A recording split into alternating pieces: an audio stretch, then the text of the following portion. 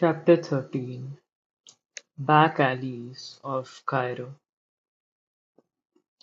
Of course, said Colonel Grey, all of the seven wonders of the ancient world were constructed BC, for the Greeks listed them in the second century before Christ.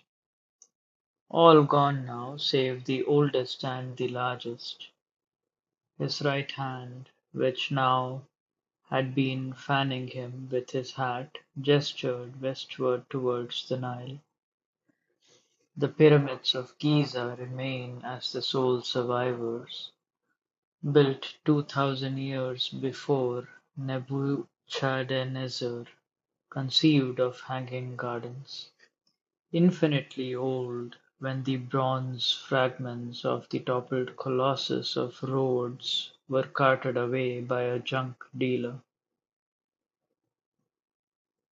The skin on the colonel's hand and arms was ebony dark, but his face was the color of new brick. He took a sip of gin and lime and continued in his drawling, somewhat bored voice. And, Doctor, when we are gone and when England is gone, they'll still be there. I'll take you to see them tomorrow if you wish. No trip at all. Over the Nile Bridge, and you're practically there. I shrugged, disinclined to be definite about anything at the moment. When we arrived in Alexandria, it was immediately apparent that Holmes had been burning up the cables and that there were definite plans afoot.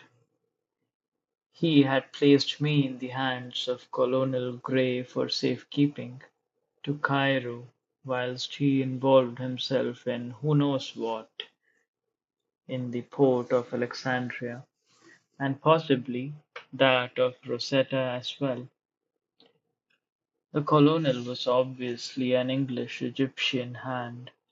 Sorry, the colonel was obviously an old Egyptian hand, though what his exact duties were in the Protectorate was not made clear to me.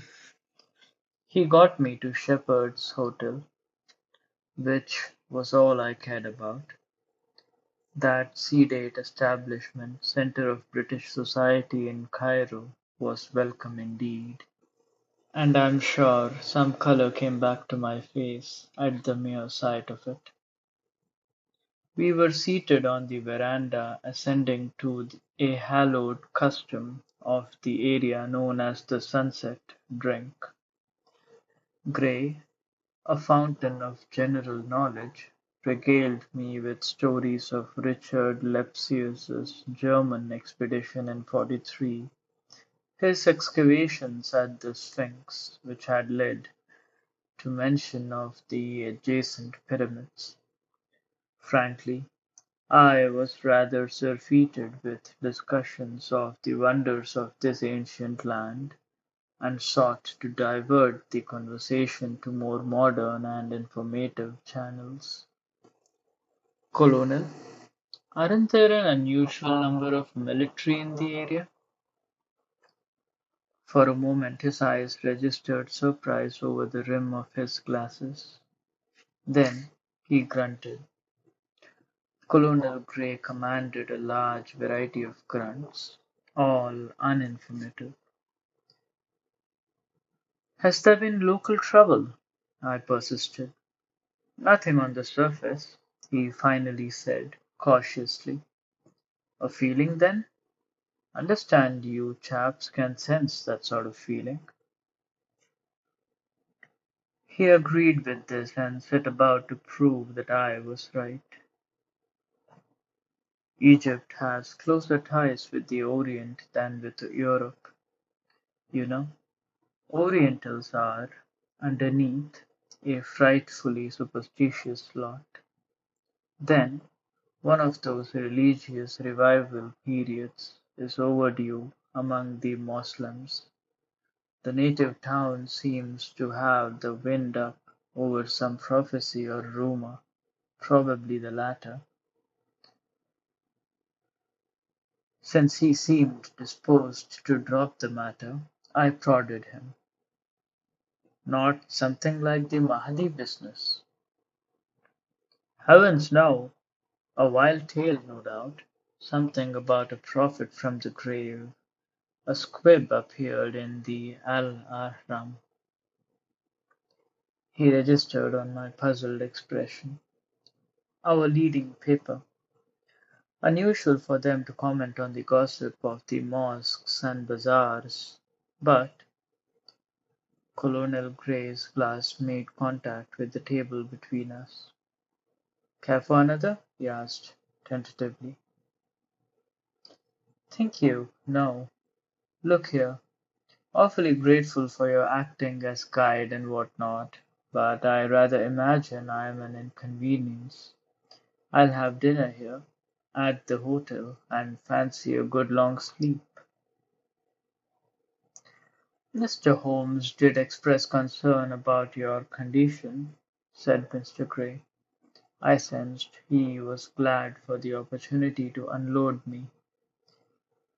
"I'll drop by, come morning, and see if Mr. Holmes has showed up," he said, shaking my hand perfunctorily. This idea produced another of his grunts, and he delayed his departure. "You know, in London, it is a bit hard to understand how things are out here. On the borders of the Empire, as it were." "Hmm. But your friend seems rather up on things." How Colonel Grey had come aware of this fact puzzled me.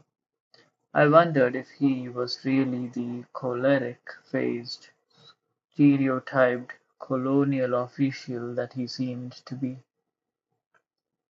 I luxuriated in a cool tub in the suite secured for us by Grey, donned a suit of lightweight that the Colonel had helped me select in an arcade shop opposite the hotel, and dawdled over a dinner. Still somewhat weak, I ate lightly. Afterwards I walked through the lobby and out onto the terrace of Shepherd's. It was comforting to have solid ground beneath my feet. With the setting of the sun, the Egyptian heat had moderated, though the evening was muggy. However, in my tropicals, I was comfortable enough. With no news from Holmes, I was a bit at loose ends, and debating whether to cross the street and view the arcade shops or return to my room when I saw him. He was walking on the Sharia camel, squat, short-legged, and progressing at a fair rate of speed. It is said that to an Occidental all Chinamen look alike. But I disapproved this by recognizing the man immediately. It was Lu Chan, the Chinese lawyer employed by Chu San Fu. As he passed under a street lamp, I noted the perpetual sheen of his olive features and the drawn lips, revealing alarmingly white teeth, so large and perfect as to seem false. I did not even consider my next move, but threw aside my cigarette and took after him. The lawyer was headed in the direction of the Asbakia Gardens, and, with a flash of inspiration, I hastened to the other side of the street to continue my pursuit. My brain was working feverishly, trying to recall what I had heard of the exploits of Slippery Styles, whose uncanny skill at trailing men was a legend. There was sufficient traffic so that my presence was not noticeable, and plenty of shop windows available to turn towards, if the Chinaman happened to take a look over his shoulder. Having acted instinctively, I now mentally paused to take stock of the situation.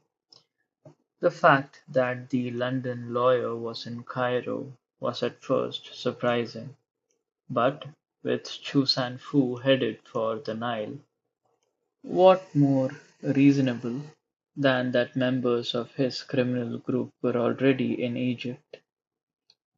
Could I but locate Lu Chan's place of residence, I might be able to relay important information to Holmes on his arrival in Cairo. It occurred to me that it would be most comforting if the great detective were with me now as I walked the streets of a city virtually unknown to me, on the heels of a member of a criminal conspiracy. But this was no moment for the faint-hearted, especially since my task was becoming more demanding. We were on the outskirts of the European city, and ahead were the bazaars and narrow streets of the native quarter. Pedestrian traffic thinned out, and soon the thoroughfare we followed was deserted. Lu Chan continued forward, never once looking back, which might have seemed strange to a wiser dog on the scent. Then the Chinaman did pause and glance over his shoulder before turning into an alley.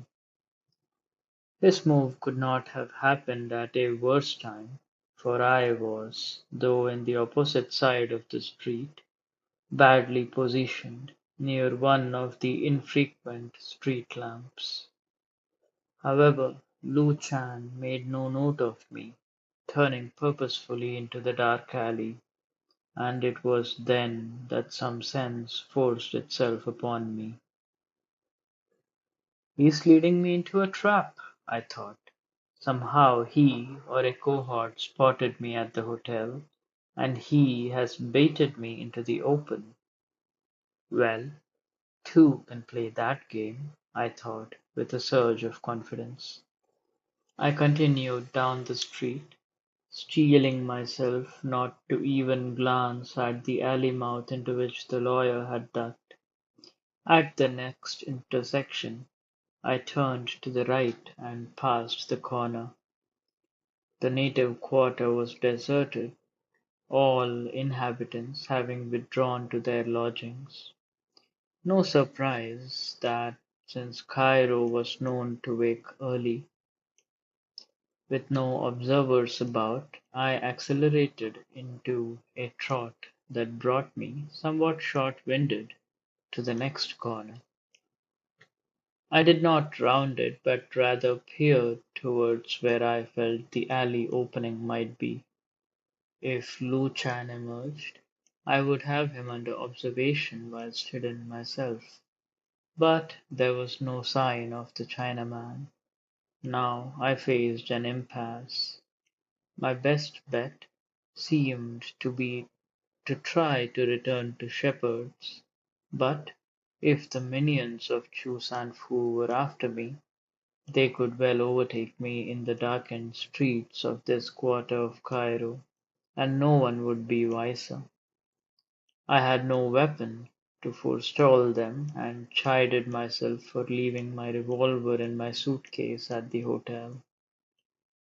But then I had not anticipated a foray into nighttime Cairo after dinner. Well, peering round a corner was getting me nowhere, so I took a deep breath and rounded it, cautiously making my way down the block.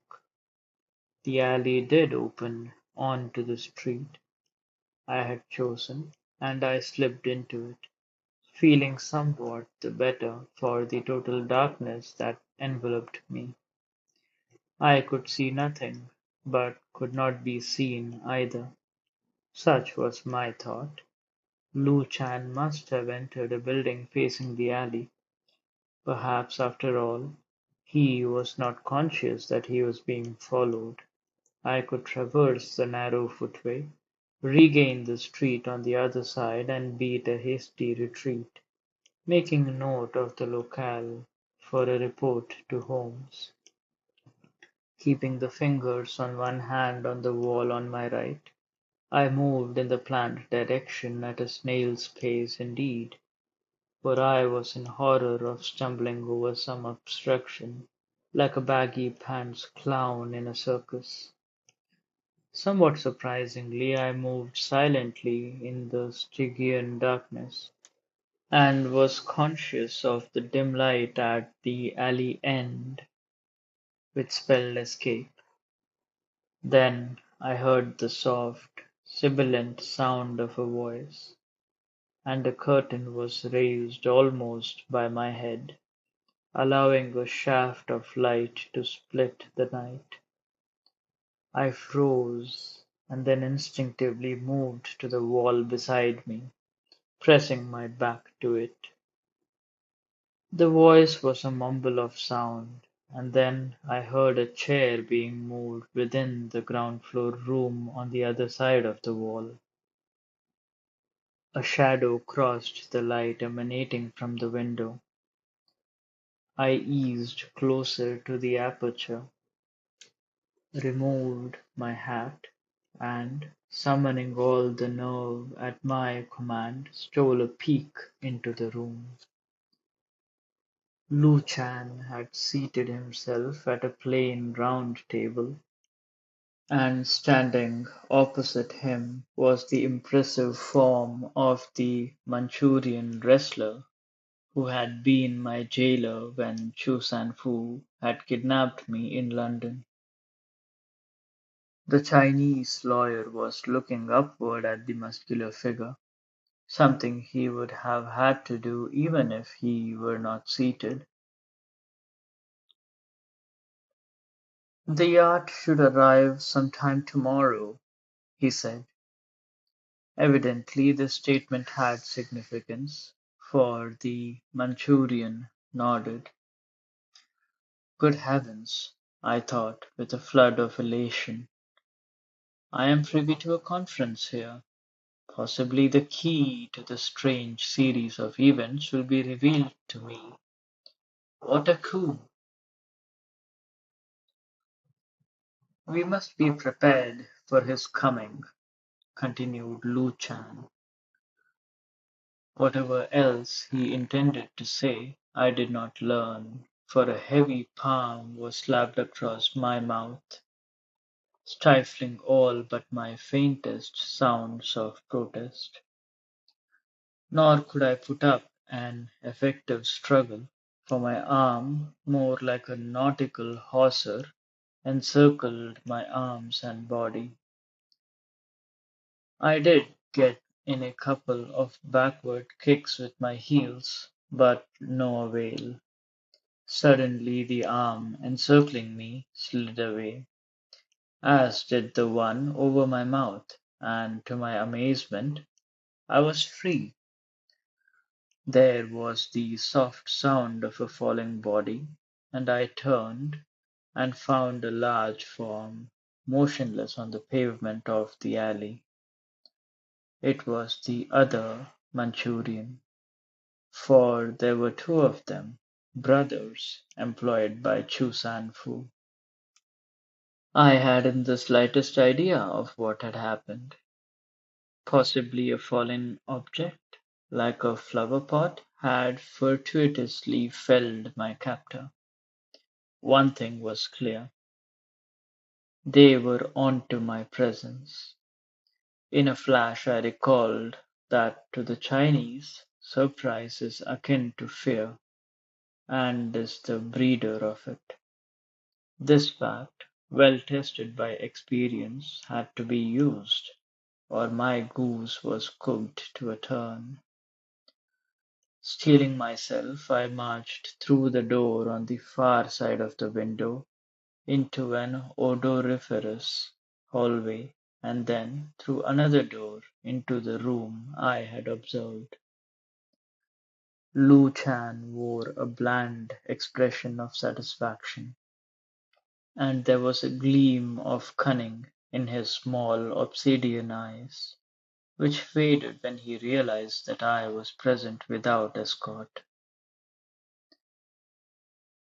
"Good evening," I said in a matter-of-fact manner. If you will send your bully boy here into the alley, he can drag his unconscious brother with him. As I sat down opposite the lawyer, I was delighted to note his startled reaction. Your attempt at strong-arm tactics was ridiculous, of course, since I'm here to have a word with you. You are what? Chan was completely unnerved and rattled to the Manchurian in Chinese. The wrestler left the room. Surely you didn't think your clumsily baited trap would fool anyone but a child, I stated contemptuously.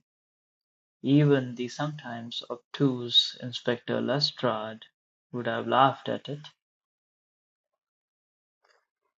Alarm had flooded Lu Chan's eyes, and I pressed on. Do you mean? I can see clearly that you have over-dramatized again. The open window, the sound of a voice, and the curiosity of the Anglo-Saxon will entrap him. Do you think me a dunderhead? Had you not been aware of my presence, would you have spoken in English? Surely not, but in your native tongue. I leaned back in the straight back, regarding Lu Chan with disdain. In the alleyway, this thought had not occurred to me, but the Chinese didn't know that, a knowledge gap that I hoped to preserve. Why, why then would you come here on my footsteps if you suspected a trap? As he spoke, Lu Chan was mentally stumbling round, trying to regain firm footing. Because in the patois of the American dime novel, the jig is up. Lawyers are reputed to be cautious lot, and you had better get out now.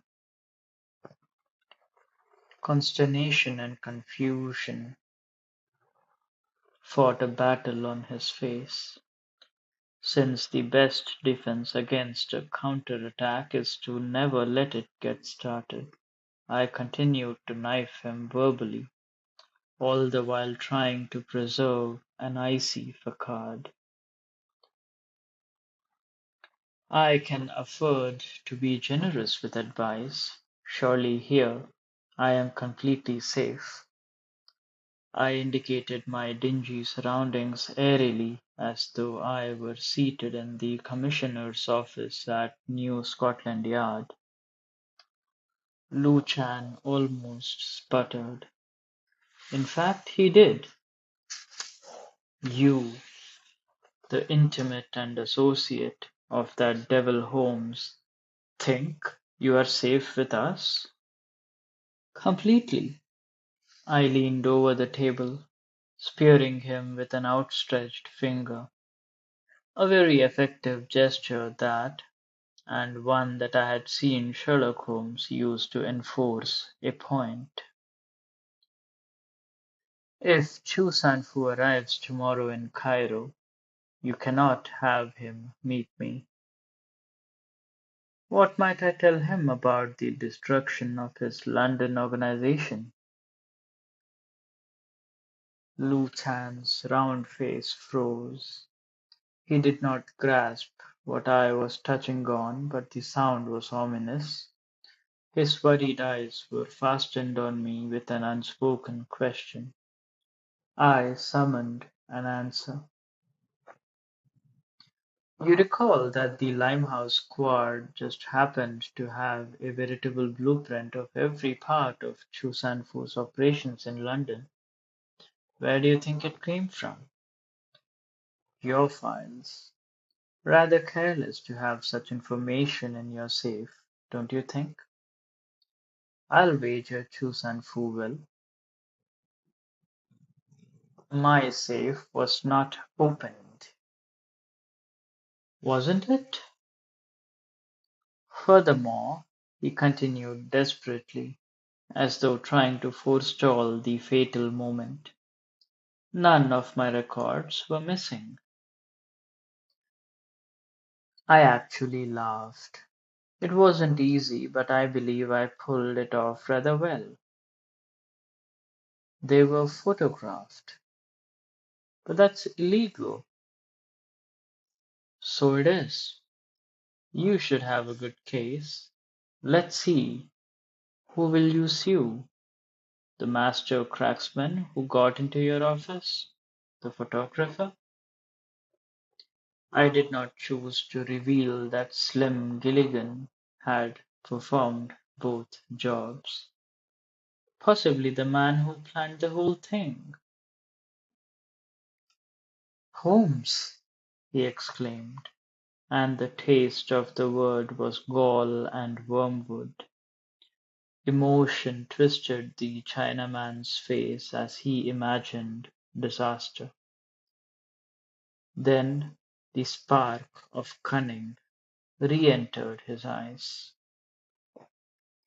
If you could not tell Chu San Fu, I used an upright palm to stem his words before he regained confidence by uttering them. You can't present him with a dead body. Do you think he would believe that you and those two gargantuans could not take me with ease? Impossible. The flicker of hope was erased from Lu Chan's face, and then the passivity of resignation settled over it. What is your thought? I had of late listened to so much of the history of Egypt from Holmes, Sir Randolph Rapp, and most recently Colonel Grey that I decided to make use of it. The ancients of this land made a habit of obliterating from history certain distasteful matters, which is why the reign of some of the pharaohs is hardly known at all. I suggest that tonight never happened. I was never here. If you can control the Manchurians, I see no problem. I could sense the lawyer trying this thought for size and searching it for a flaw. Evidently he did not find one, for he rose to his feet, indicating the window. So be it. Best you leave this way. I will take care of the Manchurians. While clambering out of a half-opened window in a dark alley in Cairo is not my idea of a dignified exit, all in all I felt that the matter had been well handled. True, I had consorted with the lawless, but surely this was better than filling a shallow grave in the shifting sands of Egypt, or being the prisoner of Chu San Fu, whose feelings towards me were hardly benevolent. As I scurried out of the alleyway and hastened back to Shepherd's, it jostled my conscience to accept the fact that I had played the role of the blackmailer. However, I was alive and free, so surely this transgression had been in a good cause.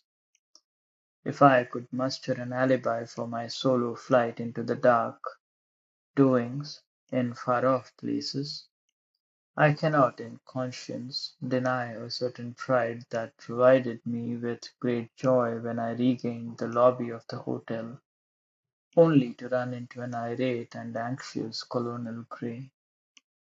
"Good God, Doctor, where have you been? My men are searching the city for you." The high color of his face was more pronounced, and the banality of his personality was a thing of the past. A mere cover, as I had already begun to suspect. I regarded him with a cool manner tinged with surprise. I was conducting an investigation of my own, Colonel. Please explain your concern. It was but a little thing, and yet I shall always cherish it in my memory. You were what? Gray verged on apoplexy. You realize that they would have handed me my head in London had something happened to you, unless Holmes beat them to it right here. He seemed ready to embark on more of the same when a new thought segued into his mind. Possibly there is more here than meets the eye, he was thinking. This doctor may be an unknown quantity, and I'd best walk softly. Discipline forced his severe mouth into a semblance of a mirthless smile.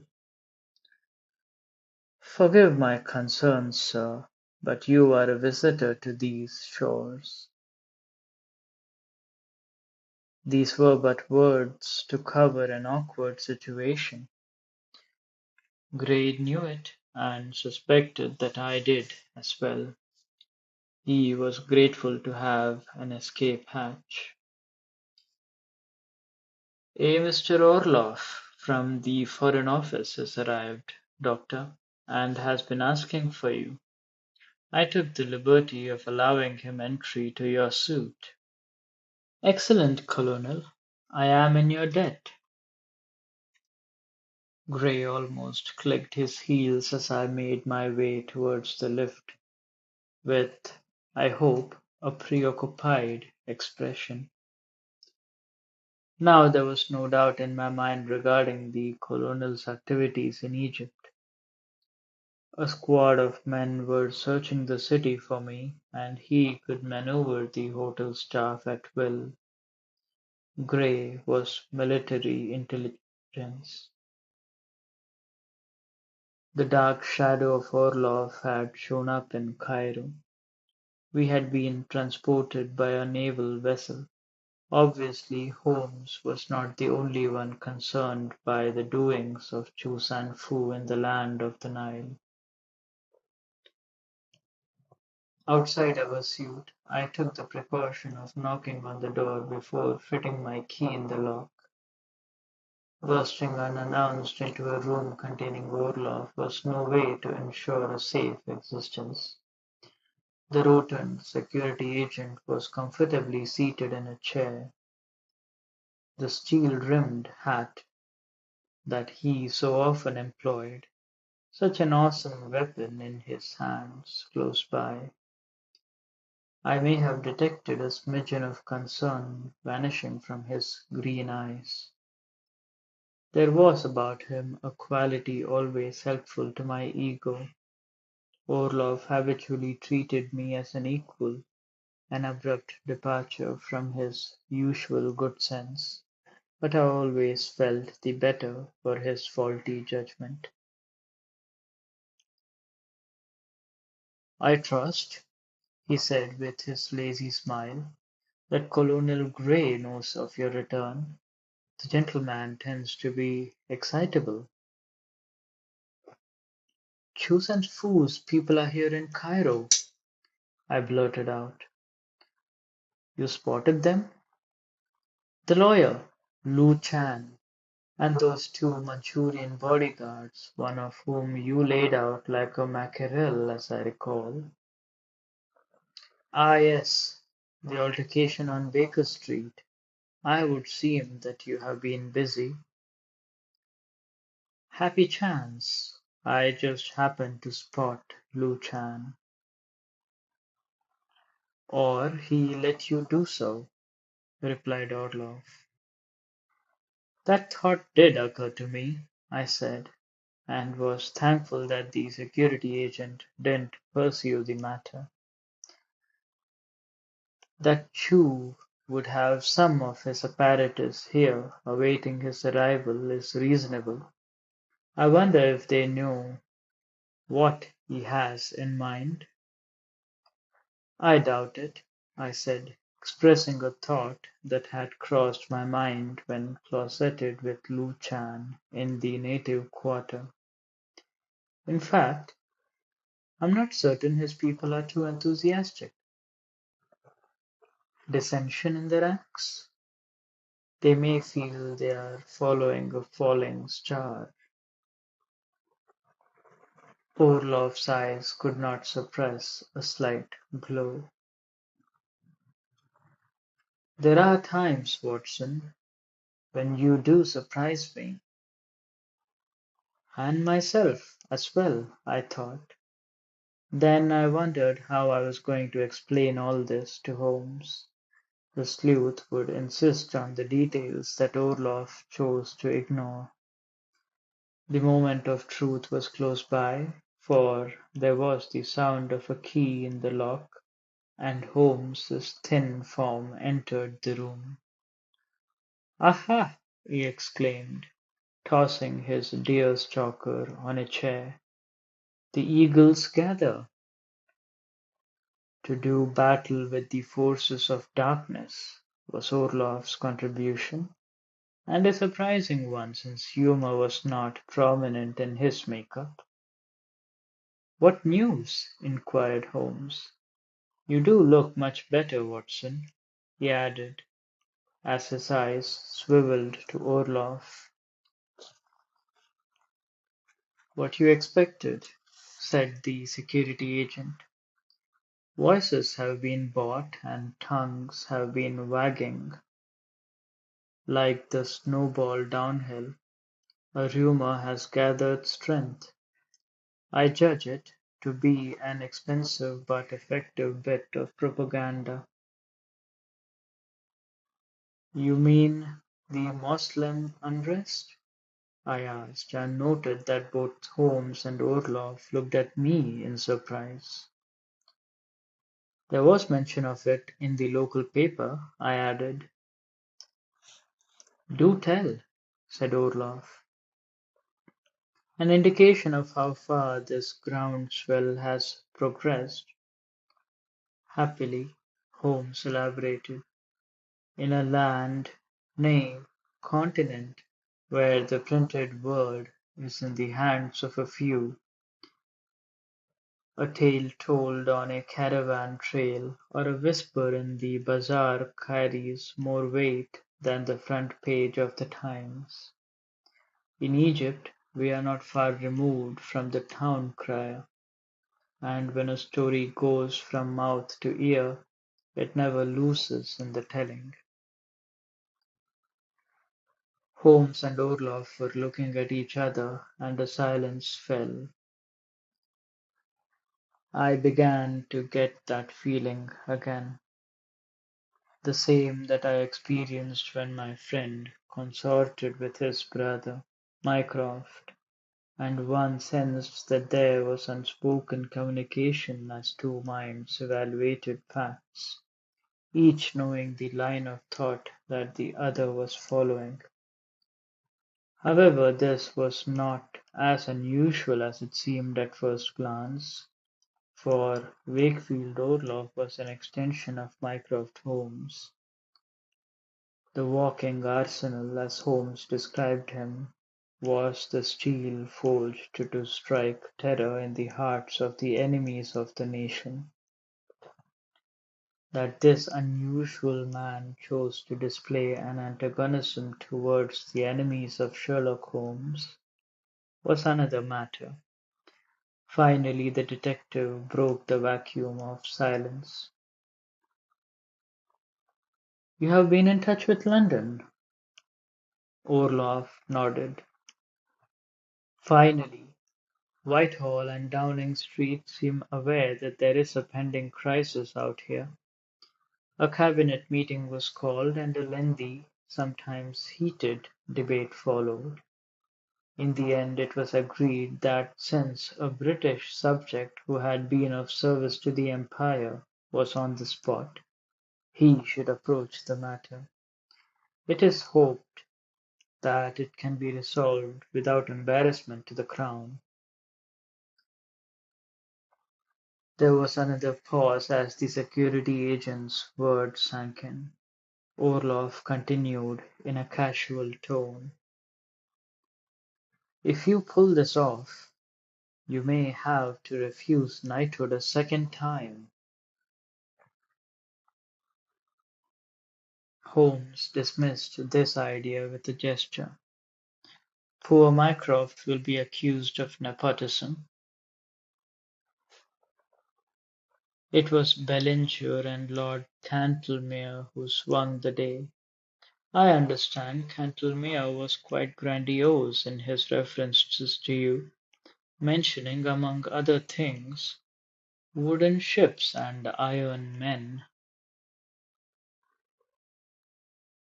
The aged peer may not be original, but I have no doubts as to his eloquence, was Holmes's dry comment.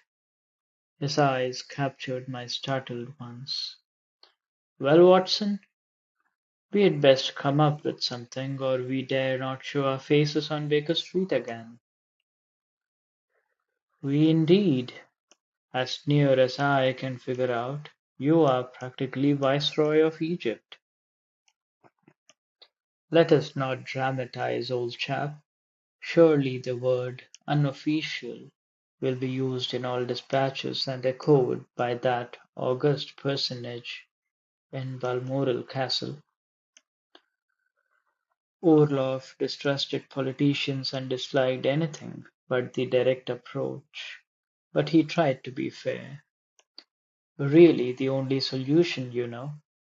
Investigation is a very elastic word and does present the government with a disclaimer if private is used in conjunction with it. The news has been relayed to the right quarters. You can count on the cooperation of the authorities, as reluctant as they may be. "All right," said Holmes, springing to his feet. "The matter's coming to a head, that we know. Our first move is to keep that yacht of Chu San Fu's under observation. The Hishori Kamo should also arrive shortly. Now, if there is to be some revelation to the Moslem world, it must take place in the Mosque of Al-Ashar, right here in Cairo. It has been Islam's center for religious study for 1,000 years. "That concurs with the feeling of the local men," said Orloff. "Then we'd best to bed," said the sleuth. "Why don't you stay with us?" he asked Orloff. "There is ample room." "I was hoping you would ask. The sofa out here will be fine. Let me tend to a few things, secure my bag, and rejoin you." The only entry to our suite was the main door, and I saw what the security agent was up to. Holmes's presence in Cairo had become vital, and any unwarranted visitor would have to pass Orloff before reaching our bedroom door. Since Orloff had the nighttime instincts of a Bengal tiger, I ranked such an attempt as impossible. Before extinguishing the lights, I recounted my adventure in the back alleys of Cairo to Holmes, and his face reflected sternness, then gravity, and finally relief. "Good heavens, Watson! Had your quick wit not come to your aid, and you had come to harm in the hands of Lu Chan, what would I have done?" Those few words were Holmes's most emotional reaction since that day when I had been superficially wounded by a bullet from the gun of Killer Evans. Once again I had a brief glimpse of the great heart that lurked beneath his usual cold and austere manner. As though ashamed of himself, he shook off the mood. But Shakespeare was right. All's well that ends well. The next morning, following breakfast, there was a parade of local authorities to our suite, and I recognized that the situation was an uncomfortable one. It was they who had put in the time here on the edge of the Arabian desert. Yet, in a moment of crisis, an unofficial investigator from London was to call the shots. To have his associate, a doctor no less, in attendance would have added to the strain. To vacate the premises, I contacted Gray and asked if he would take me to the pyramids as he had volunteered the previous evening. I could tell the colonel felt he was being shunted off again, but he stood by his invitation. So it was that we passed through the city to the Nile Bridge. In the morning hours, Gray informed me, one encountered a true cross-section of natives and animals, and I agreed with him. There were camels and donkeys and asses in profusion, carrying or being led by turbaned men, veiled women, and everywhere squalid children. I had expected to be assailed by Arabs crying for bakshish, but such was not the case, no doubt because of Colonel Gray's trim uniform and official manner.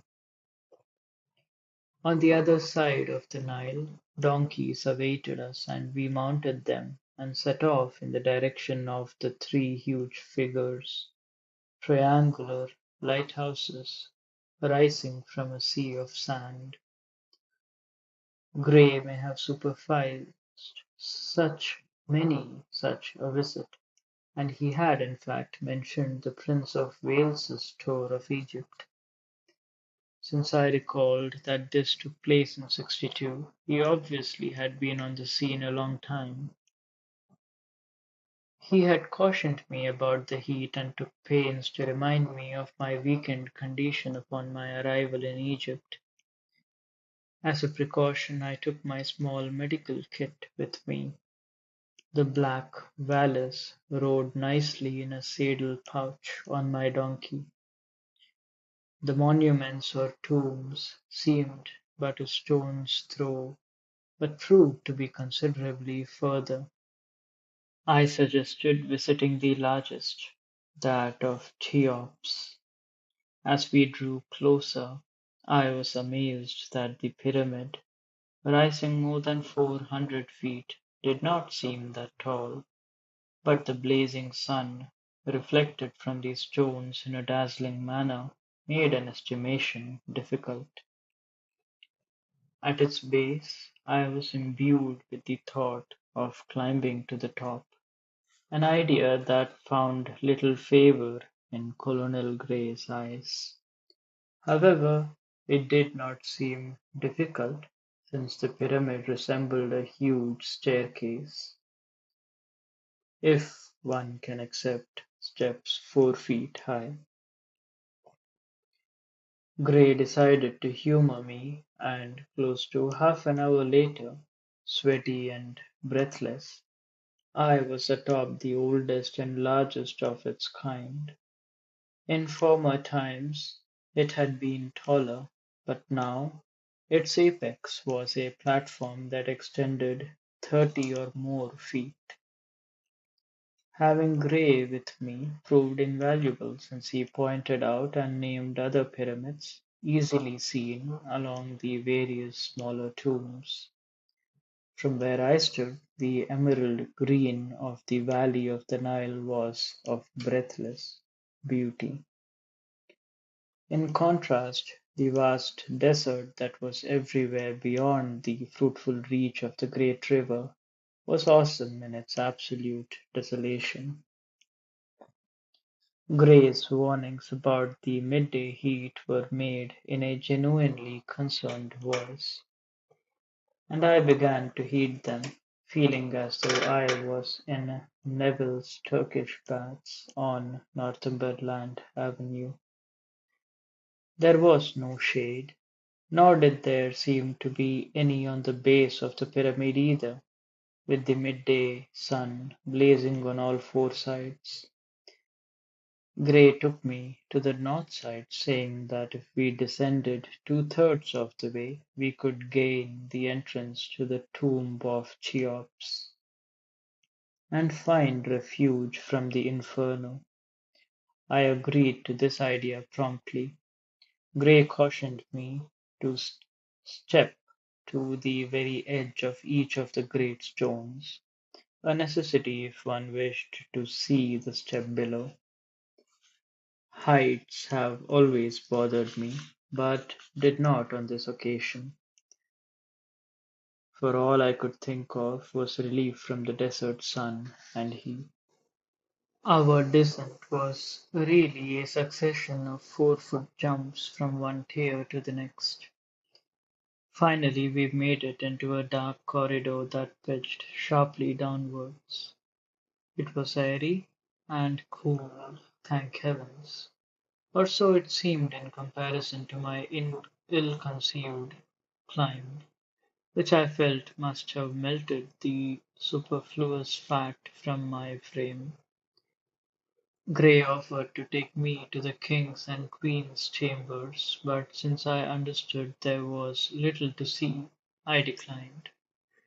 I knew full well that the interior of Cheops was safe and constantly traversed by tourists, but I was aware of those tons of huge stones all round us, and had an irrational fear of their moving inwards and downwards. When I was sure that my body temperature was sufficiently lowered, I was glad to vacate the entry of the colossus and descend to our donkeys. In riding towards the Sphinx, we passed close by several large tents that I had noted from the top of the pyramid.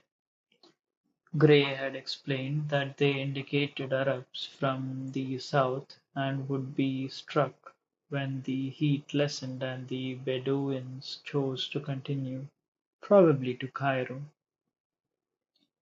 Some spanking horses were tethered by them, standing in the slight shade provided by these white, mobile shelters. Gray was riding ahead of me as we drew abreast of the tents, probably computing the number of times his duties had involved escorting visiting idiots. It was then that a tall, bearded man emerged from the nearest tent.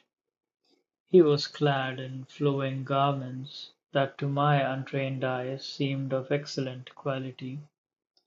Around his middle was a broad belt of interlocking silver links, and it supported an ornate scabbard that, judging from the hilt that protruded from it, contained a scimitar. His shoes were of a soft material with much handiwork, and the toes were pointed. A desert dandy, I thought. Behind him came another man with an unkempt black beard. A curved scar ran from his left temple across his cheek towards his nose. The old wound had formed a puckered ridge in healing, which pulled the lower lid of his eye downward, lending a ghoulish expression to his face. All this registered in a split second, for my attention was captured by the curved dagger the second man was pulling from a sash round his middle. My lips parted, and as a shrill shout burst from them, my right hand grabbed at the saddle pouch of my donkey. Plucking the medical kit from it, I threw it desperately, and the object reached the assailant, catching him in the head as he lunged at the tall Arab who had whirled round at my cry. I know not if my improvised weapon deflected the attacker's aim. The dagger plunged into the loose robe of the Arab, and there was a cry of pain from him as he kicked his attacker in the groin. Then there was the flash of the scimitar in the sun and a dull sound, like a pole axe striking home in a slaughterhouse. The assailant was on the ground, blood pouring from his neck, his head almost completely severed from his body. I was off my donkey in a trice, every movement from memory and without planning or thought. As I raced across the sand to retrieve my medical container, I noted the Arab wipe his scimitar in a practiced fashion on the material of his garment and return it to its scabbard, but there was a growing redness in the vicinity of his ribs, and the blood was his. Gray had reined round and was trying to grasp the situation. From the tent, 4 or 5 forms emerged pell-mell, and as I opened my kit and noted that the contents were undamaged, it seemed that the group of desert men were about to annihilate me, for knives and guns appeared like magic. The wounded man spoke sharply in a foreign tongue that I assumed was Arabic, and the others drew up short. Then the dignified, bearded man made as though to address me, but did not get the chance. "I, sir, am John Watson, M.D. You are wounded, and I insist on tending your needs." What I expected this to accomplish I do not know. I couldn't speak to the man in Arabic, not knowing a word, but this was no time to stand on ceremony, and I had his garment half open, exposing his chest on the right side and revealing a sizable though not fatal gash that was bleeding freely. As I touched him, there was a murmur from the Bedouins behind me, but another gesture from my patient subdued them. True to their instincts, they formed a half circle and watched intently. If an Arab cannot participate, he makes a rapt audience. Gray had recovered his wits by now, and his right hand was moving away from the army issue holstered at his side. Realizing that the tenseness of the situation was relieved, I grabbed one of the Bedouins who formed my audience and pressed him into service. With gestures I managed to have him hold the bottle of antiseptic with a peroxide base that I had automatically secured from my limited supplies, while I fashioned a padding of cotton. The man's teeth were broken and his beard was so garlic-ridden that I could have used it as an antiseptic had I nothing better at hand. His eyes were wide with fright, like an unwilling volunteer in a magician's act. Poor beggar probably felt that he was just that, I thought, as I removed the bottle stopper and indicated for him to pour the contents onto the pad. A hand gesture stopped the flow of liquid, with which I then swabbed the wound. Since I had managed to clean off the blood, the considerable gash was revealed and the peroxide went to work with its customary fizzing sound and bubbling appearance. There was a deep sigh of wonder from my Arab audience, though my patient seemed unconcerned and stoical. I now was able to wind a bandage round the man, and for a makeshift job it seemed tidy enough. As I retrieved my kit from my Bedouin assistant, I was surprised to note that his broken teeth were actually chattering, and his swarthy skin had adopted a pale cast. I realized now that to him, and his companions as well, the action of the antiseptic had given the illusion that flesh was being created by my wizardry. The bearded leader's face was creased with a gentle smile of understanding. "Some gesture of reassurance will work wonders," he prompted in Oxonian English that startled me. It was as though we were an alliance of two implicating less sophisticated minds. I returned my kid to the placid donkey, thinking furiously, and then retraced my steps to place both my palms on the turban of the shivering Arab, and gazed skyward, fortunately towards the east, as I later learned from Gray. "Dancer, Prancer, Donner and Blitzen," I intoned in a sepulchrous voice, and then removed my hands, clapped them once, and smiled. Jerk a toy from a baby and laugh, and he will laugh with you, for it is a game. Jerk it away and scowl, and he will cry, for he is being mistreated. It pays to know how to handle children. My intent audience all chanted in Arabic and clustered round their comrade, clapping him on the back as though he had just won the French Legion of Honor.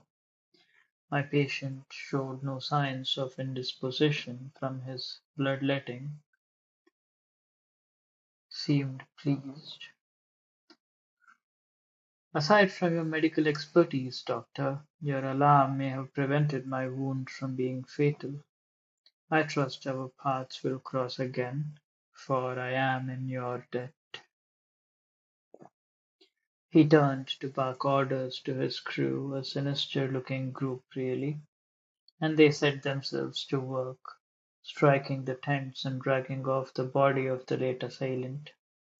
As I mounted my donkey, I found Gray regarding me suspiciously. "Doctor, you were with Gordon, I presume?" "No, Indian Army. There are no Arabs in India." "But a great many Mohammedans, Colonel. The Sikhs and Afghans come among them." Our journey back to Cairo was made in silence. I don't think Gray could make me out. Actually, Watson did not serve with the Indian Army. The Northumberland Fusiliers were of the British Army stationed in India during the Afghan War.